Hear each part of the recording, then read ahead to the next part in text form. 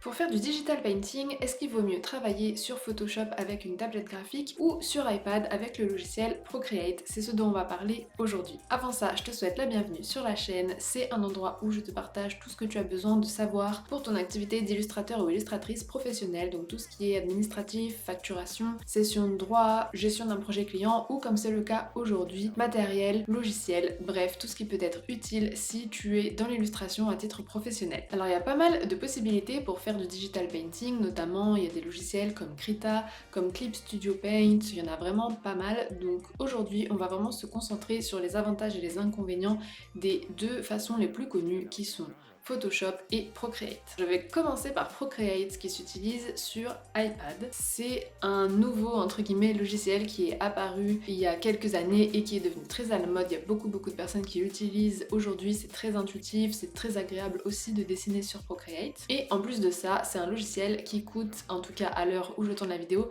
15 € à vie. C'est-à-dire qu'il n'y a pas d'abonnement, c'est vraiment tu achètes le logiciel une fois et ensuite tu peux l'utiliser toute ta vie. Par contre, ce logiciel, tu peux l'utiliser que sur iPad, donc forcément il faut compter le prix de l'iPad et il faut aussi compter le prix de l'Apple Pencil. Donc ça c'est sûr que même si le logiciel il coûte pas très cher, il faut quand même prendre en compte le prix de l'iPad. Avec cette solution, ce qui est bien aussi, c'est que tu vas travailler directement sur l'écran. C'est ça qui fait aussi que c'est très intuitif, c'est que ça se rapproche pas mal du rendu traditionnel. Avec Procreate, tu as des tas de brushes qui sont disponibles directement dans l'application, c'est-à-dire que tu n'as pas besoin d'en racheter d'autres. Alors après tu peux en racheter d'autres si tu veux des effets un peu particuliers, mais déjà quand tu achètes le logiciel, tu as vraiment une très grosse bibliothèque, très fournie, tu peux déjà faire beaucoup de choses avec ce qui est directement inclus dans l'application, donc ça c'est vraiment top, surtout par rapport à Photoshop, où dans Photoshop on peut pas en fait juste dessiner avec les trucs de base, on finit toujours par en acheter ou par en télécharger des gratuits parce que pas faire grand chose avec les trucs de base dans Photoshop. En plus de ça, l'iPad c'est top pour dessiner où tu veux et l'emmener en déplacement. Après, le problème de ça c'est que pour quand même que ce soit confortable à dessiner, c'est bien de prendre un grand iPad. Moi j'ai un petit iPad et du coup c'est pas hyper confortable pour dessiner. Je pense quand même que c'est mieux de prendre un grand écran et du coup si tu veux le transporter ou même au niveau du tarif, ça va forcément se répercuter sur le tarif. Après je trouve quand même que Procreate c'est moins puissant que Photoshop. Ça arrive souvent qu'il faille repasser son Procreate après dans Photoshop pour finaliser quelques réglages. Donc ça c'est un côté un peu négatif de Procreate. Maintenant on va parler de Photoshop sur la tablette graphique et avant que je te donne un petit peu les avantages et les inconvénients, je te donne mon avis subjectif, totalement subjectif, qui est que j'adore Photoshop. C'est un logiciel en fait que j'utilise depuis très longtemps puisque même avant de faire du digital painting, je faisais de la retouche photo, des montages et des tas de choses. Donc en fait quand j'ai commencé à dessiner, je connaissais déjà le logiciel. Donc j'ai vraiment l'habitude de dessiner là-dessus, je trouve extrêmement puissant, moi je jure que par ça. Maintenant, je vais essayer d'être un peu plus objective. Photoshop, c'est un logiciel qui est extrêmement puissant avec énormément de fonctionnalités. Il y en a plein d'ailleurs qui sont pas forcément utiles pour dessiner et qui sont plutôt là pour la retouche photo par exemple. Mais il y a vraiment énormément de fonctionnalités. J'en découvre encore aujourd'hui et c'est vraiment super puissant quand on veut gagner du temps sur certaines choses. Par exemple, tout ce qui va être retoucher les couleurs avec les courbes et les niveaux, ça c'est super puissant quand on arrive à maîtriser, parce que c'est quand même un petit peu complexe, mais une fois qu'on maîtrise, selon moi ça fait gagner énormément de temps. Donc il y a plein de fonctionnalités qui sont très avancées, mais après pour les professionnels, honnêtement, moi je trouve que c'est vraiment top. Il y a un problème avec Photoshop, c'est que la première fois qu'on ouvre le logiciel, et ça fait un peu peur. Si t'as vraiment jamais travaillé sur Photoshop, t'as des fenêtres de partout, des outils de partout, tu sais pas par quoi commencer, tu sais pas qu'est-ce qui sert à quoi.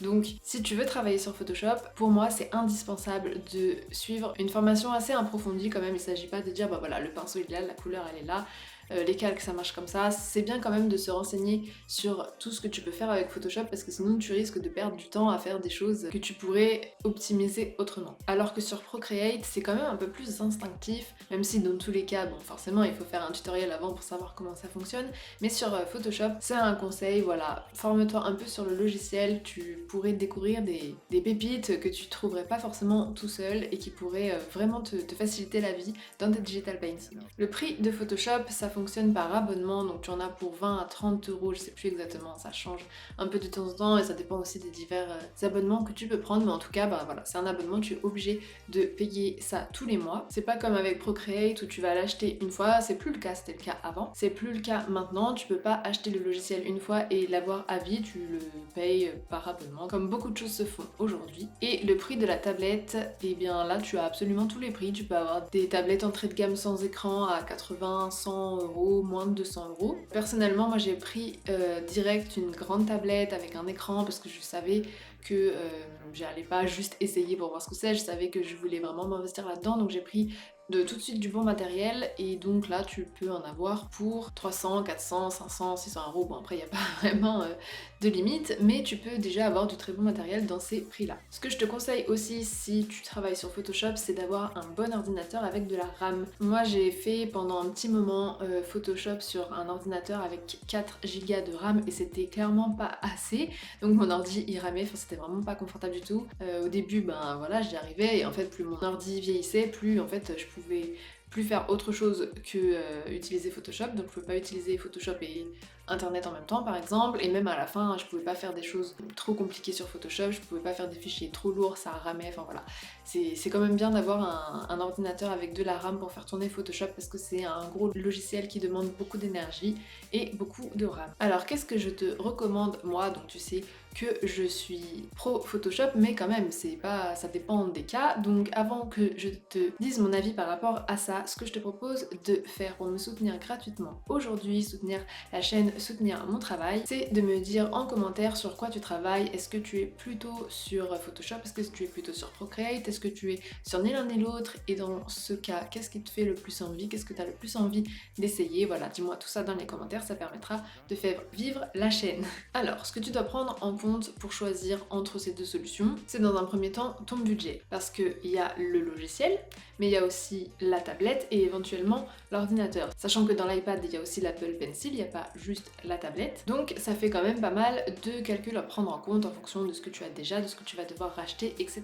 Après, ça dépend aussi de ton style, parce que si tu fais des choses qui sont très épurées, très pas simples, mais très des illustrations qui sont pas surchargées, tout simplement, Procreate, ça peut être très très bien pour toi, ça peut largement suffire, alors que si tu es plutôt sur du digital painting fantasy où il va falloir faire des tas de réglages, des tas de calques, des tas de détails, là peut-être que Photoshop ce sera quand même un peu plus intéressant pour toi. Après ça dépend aussi de ton ambition entre guillemets, c'est-à-dire que si tu veux faire du digital painting pour le plaisir, pour découvrir, que tu sais pas trop où ça va te mener tout ça, dans ce cas-là je te déconseille d'investir directement dans une énorme tablette qui va coûter des centaines d'euros alors que tu sais pas trop si tu vas continuer ou pas. Si tu es sûr de vouloir devenir professionnel, ou même sans vouloir devenir professionnel, que tu es sûr de vouloir t'investir dans cette activité pour le plaisir, alors là je te conseille de prendre du matériel professionnel, parce que quand même on voit bien la différence quand on est sur un petit écran ou sur un grand écran, quand on est sur une tablette graphique avec écran et sans écran aussi, il y a quand même une grosse différence. C'est du confort en fait, tout simplement, c'est quand même plus agréable de dessiner en voyant ce qu'on fait plutôt que de dessiner sur la tablette en voyant ce qu'on fait sur l'écran. Après, ce que je peux te conseiller si t'es pas trop sûr de... si tu veux juste tester, si tu sais pas trop où ça va te mener, tout ça, ce que tu peux faire c'est commencer par acheter du matériel d'occasion, comme ça te permet un peu de tester. Est-ce que par exemple tu penses que l'iPad c'est mieux pour toi, tu prends d'occasion, et si tu vois que c'est vraiment quelque chose qui te plaît, et après tu pourras investir dans du meilleur matériel plus tard. Si tu as prévu de devenir illustrateur ou illustratrice professionnelle, je te mets dans la description ma newsletter qui est dédiée aux professionnels de l'illustration, et c'est une newsletter où je parle de tas de choses concrètes pour les illustrateurs. Je te mets ça dans la description. Si la vidéo d'aujourd'hui t'a intéressé, tu peux regarder la vidéo qui s'affiche ou aller voir sur ma chaîne, j'ai d'autres vidéos qui pourraient te plaire. Quant à moi, je te dis à jeudi prochain.